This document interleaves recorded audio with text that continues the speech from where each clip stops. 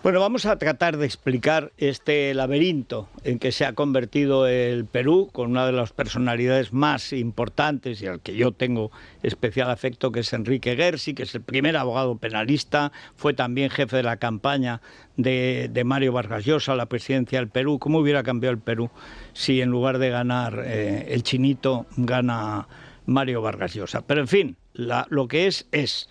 Enrique Gersi, muy buenos días. Muy buenos días, estimado Federico. Realmente un gusto estar con ustedes. Bueno, te vi, vamos a tutearnos como hacemos siempre, te vi en el programa del gran Beto Ortiz riéndote, bueno, porque es que no hay manera más que de reírse, diciendo que es que el mensaje, asumiendo todos los poderes, disolviendo el Congreso, disolviendo el Poder Judicial, disolviendo la Fiscalía, disolviendo el Tribunal Constitucional, o sea, haciéndose dictador, tirano, Pedro Castillo, que lo había hecho drogado o borracho. Bueno, más bien drogado, pues se ve los borrachos demasiada costumbre en el Palacio de Gobierno. Y tú te reías porque decías, hombre, mayor prueba de incapacidad moral para tener esa vicepresidencia que salir drogado o borracho a proclamar un golpe de Estado. Pero la cosa, Enrique, al margen de lo grotesco de los que quieren, digamos, quitarle importancia al asunto, es que de alguna manera el golpe sigue. ¿Cuál es la situación actual y qué es lo que está pasando? Mira, efectivamente han pasado cosas bien importantes el día de hoy. Luego de una reacción tardía de los partidarios de Castillo, que tiene una influencia electoral importante en el sur del Perú, ¿no? Y han hecho disturbios en una zona en particular llamada Andahuaylas, en la región de Apurímac, de donde es curiosamente además la presidenta Dina Boluarte, que ha tenido un trágico saldo de 3 muertos provocados por la izquierda, no por la policía ni por las fuerzas del orden. Esta gente salió a tomar el aeropuerto, obviamente hubo un enfrentamiento con la policía y terminó como producto de ese enfrentamiento el lamentable fallecimiento de 3 personas. Pero paralelamente el Congreso recibió hoy día la solicitud de la Fiscalía de la Nación de levantarle el fuero al presidente. Nos encontramos frente a una circunstancia curiosa, Federico, que es que el presidente fue detenido en flagrante delito por la policía, el delito de rebelión contra el orden constitucional que está establecido en el Código Penal, pero claro, tiene fuero. Entonces, si bien ha sido detenido en flagrante delito para poderle iniciar un proceso penal, la detención preliminar es solo una medida cautelar, se requiere el levantamiento del fuero. Bueno, el Congreso lo acaba de hacer en una sesión maratónica que empezó a mediodía y ha terminado hace unos minutos. En Lima son las 1:44 de la mañana, hace 5 o 6 minutos ha terminado la sesión del Congreso. Se ha acordado cómo debía ser el levantamiento del fuero de Pedro Castillo, con lo cual queda habilitado el Poder Judicial para someterlo a proceso, ¿no es cierto? Y se espera que en el transcurso de las próximas horas el Ministerio Público formalice una solicitud de prisión preventiva contra el presidente, probablemente el expresidente, probablemente por 36 meses, que es el máximo que la ley permite en el Perú. La circunstancia política ha sido intensa, pero básicamente provocada por esta gente, ¿no es cierto?, que han salido a respaldar el golpe tardíamente en base a la violencia. Dio la impresión que Castillo los agarró de sorpresa con el pintoresco golpe que dio el otro día, ¿no? El primer golpe que tengo conocimiento, que se da a las 11 o 12 del día, sin presencia de los militares, sin contar con el apoyo de nadie. Finalmente fue un golpe que fracasó rápidamente y agarró por sorpresa también a sus partidarios. Pero ya se organizaron y seguramente siguiendo las directivas del embajador cubano, que es un viejo revolucionario llamado el Gallo Zamora, Federico, que viene de hacer una contragolpe en Bolivia. Y este tipo aquí en Perú es conocido por estar detrás de todos estos movilizaciones de la izquierda más radical, que como bien has dicho, no es otra cosa más que Sendero Luminoso desmovilizado.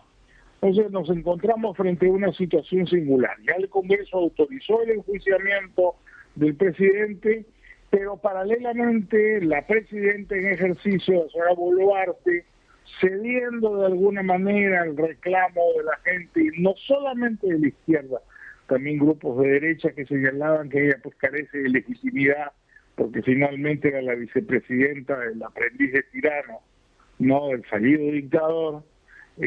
Ha lanzado la oportunidad a medianoche en un mensaje de la Nación, medianoche de aquí de Perú, no anunciando que pondrá en consideración del Congreso un adelanto de elecciones que requiere en el Perú de reforma constitucional. No te olvides que tenemos un sistema presidencialista. Aquí en Sudamérica somos presidencialistas, no parlamentaristas, y al presidente, al gabinete, en realidad al presidente y a su gobierno, a los dos vicepresidentes se les elige por 5 años. Entonces un recorte del mandato requeriría una modificación constitucional que requiere una votación especial. Perdóname, Enrique, perdona. Las novedades, ¿no? Perdóname, porque esto último sí que hay que explicarlos. Es verdad, porque en España si no se entiende. Hay un problema evidente de legitimidad por parte de Dina Boluarte porque era vicepresidenta, porque no pudo serlo Vladimir Cerrón, que era el vicepresidente primero de Perú Libre, que es Sendero Luminoso, que es Cuba, son los comunistas, pero es que además también está implicada en asuntos de corrupción.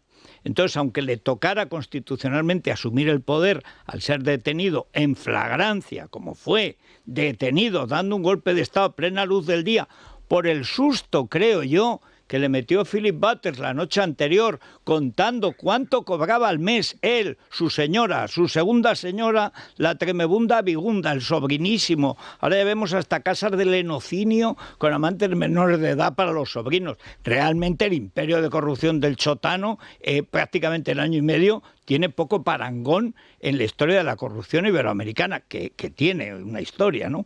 Pero claro, ella tiene un problema. La única salida, por así decirlo, digna, sería dimitir y convocar elecciones, ¿no? El presidente del Parlamento peruano, ¿no? El general Williams. Así es, correcto. Ella podría renunciar y abrir elecciones de inmediato. Sin embargo, existe un cierto consenso de que hacer elecciones de inmediato tiene un problema, que es que todo el sistema electoral no solo está corrupto, sino es un sistema en sí mismo fraudulento. Esto fue organizado en tiempos de Ollanta Humala, que ya fue un gobierno de izquierda. En el Perú no es posible, Federico, hacer recuento de votos. Los votos se destruyen una vez que se cuentan y solo quedan las actas. Y las actas dicen lo que el gobierno quiera que digan. Entonces no es posible volver a recontar en caso de impugnaciones o de dudas acerca de un resultado electoral en determinada localidad. No puedes hacer reconteo de votos porque los votos se destruyen. Eso no era así en el sistema electoral que hemos tenido tradicionalmente en el Perú. Bueno, ni y en ningún sitio. Hay una copia en ninguna parte del mundo, en todas partes hay recuentos. Mire, Estados Unidos que siguen haciendo recuentos varias semanas después de las elecciones. Y además había una copia de seguridad.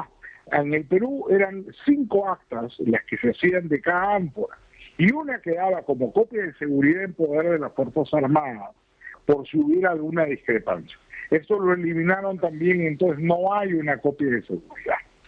Entonces se considera, y aquí creo que hay un consenso bastante difundido, que no podemos ir a elecciones de esta manera, porque es el resultado electoral, la elección de Pedro Pablo Kuczynski, que fue también 40.000 votos de diferencia, y el resultado electoral en esta elección, 40.000 votos de diferencia. Esa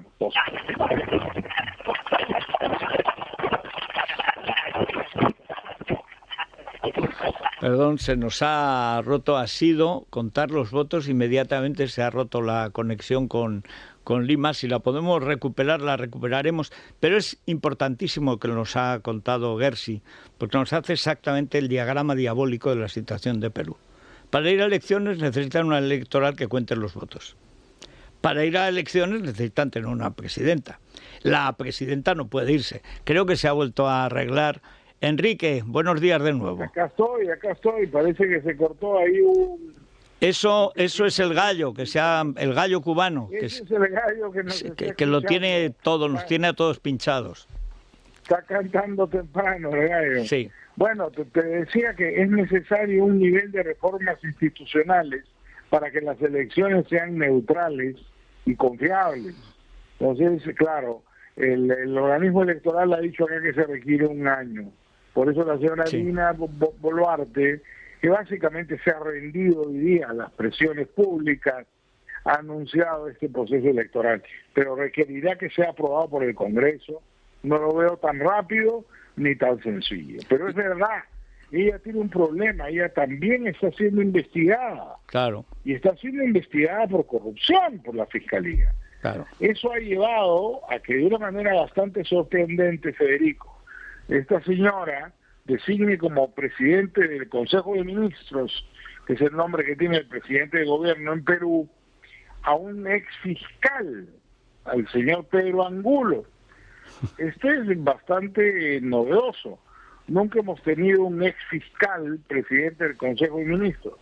Diera la impresión, algunos observadores lo remarcan, que ha designado a este hombre por un nivel de contacto que esta persona tendría con el Ministerio Público, porque le preocupa más a Dina Boluarte la relación con el Ministerio Público para que no terminar como Castillo, claro, más que la situación del país. Le interesa más su lobby con el Ministerio Público que gobernar. Bueno, hay que decir, Enrique, que en eso es totalmente de kirchneriana, que sobre todo le preocupa su situación, que ha cogido, más que primer ministro, un guardaespaldas con respecto a Patricia Benavides, que es la fiscal, que esta sí es una fiscal como es debido, no como la anterior, pero realmente lo que nos has descrito es una situación que solo tiene salida con un gobierno de unidad amplio, reformista, es decir, sin las izquierdas estas terroríficas y además con voluntad de respetarse mutuamente. Durante un tiempo, el tiempo, pues si piden un año, vamos a dejar unos 6 meses, que tampoco hay que ser tan rábula, pero qué menos que 6 meses de un gobierno de unidad y no tiene pinta, ¿no? Es la única forma. El gabinete que ha nombrado, yo lo encuentro un gabinete particularmente débil. Claro. La única persona más o menos conocida es la nieta de Pérez de Cuellar. No te hablo de Pérez de Cuellar, te hablo de la nieta.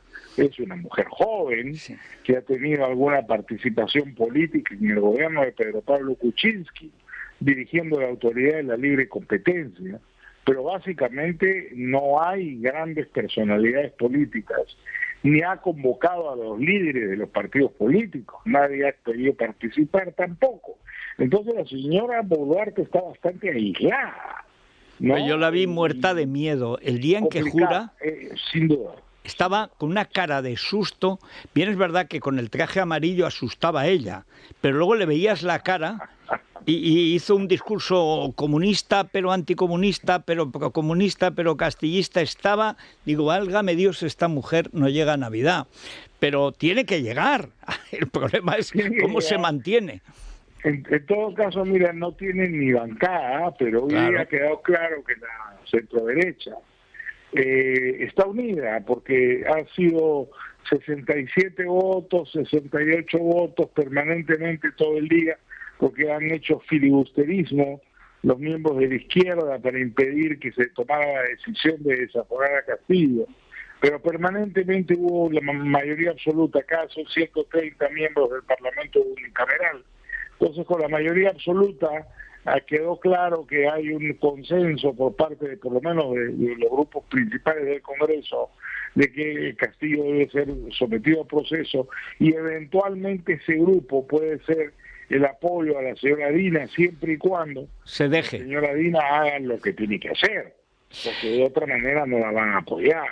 Y la izquierda ahora es hostil para ella, aunque ella tiene simpatía por la izquierda. Entonces nos encontramos frente a un conflicto de lealtades. La señora Boluarte, si quiere continuar en su gobierno, va a tener que realinearse electoralmente porque es la única forma de conseguir el respaldo electoral mínimo que necesita. Pero además tiene que tomar medidas en concreto. Ya pasó la época del discurso, ahora tiene que gobernar y en primer lugar tiene que despejar las carreteras, donde 90 tipos en un sitio, 100 en otro o 50 en otro están cortando la Panamericana, que es la principal autopista del país, y lo que está ocurriendo en Andahuaylas, que requiere una acción policial inmediata. Ya efectivamente hay destacamentos de la policía que han sido enviados allá a unidades de fuerzas especiales, ¿no es cierto?, para acabar con lo que es un enclave terrorista. Claro. Te doy un dato importante.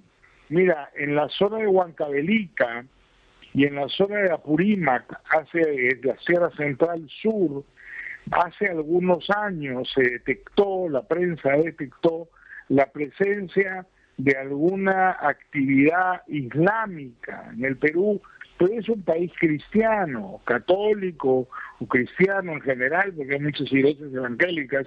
Acá no hay moros ni musulmanes, como en toda América Latina, la presencia es marginal.